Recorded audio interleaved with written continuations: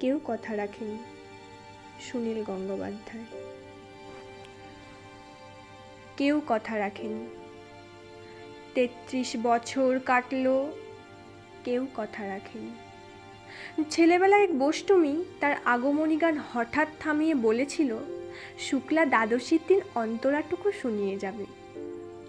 তারপর কত চন্দ্রভুক অমাবস্যা চলে গেল, কিন্তু সেই বষ্টমী আর এলো না। ২৫ বছর প্রতীক্ষায় আছি। মামাবাড়ির মাঝি নাদের আলী বলেছিল, বড় হও দাদা ঠাকুর, তোমাকে আমি ৩ প্রহরের বিল দেখাতে নিয়ে যাব।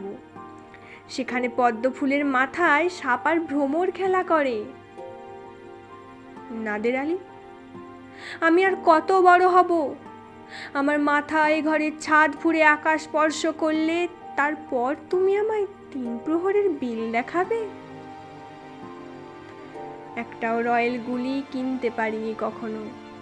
লাঠি লজেন্স দেখিয়ে দেখিয়ে চুষেছে লস্কর বাড়ির ছেলেরা। ভিখারির মতন চৌধুরীদের গেটে দাঁড়িয়ে দেখেছি ভিতরে রাস উৎসব।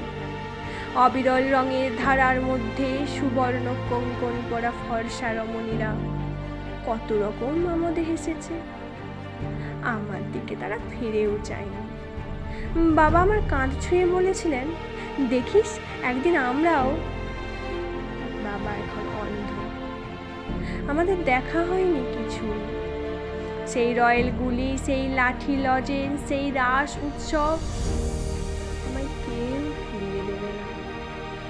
বুকের মধ্যে সুগন্ধি রুমাল রেখে বরুণা বলেছিল, যেদিন আমায় সত্যিকারের ভালোবাসবে সেদিন আমার বুকেও এরকম আতরের গন্ধ হবে।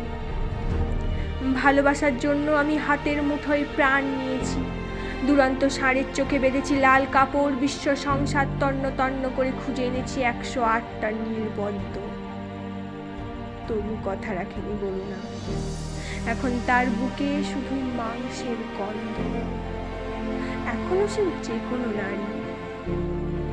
কেউ কথা রাখেনি। ৩৩ বছর কাটল, কেউ কথা রাখে না।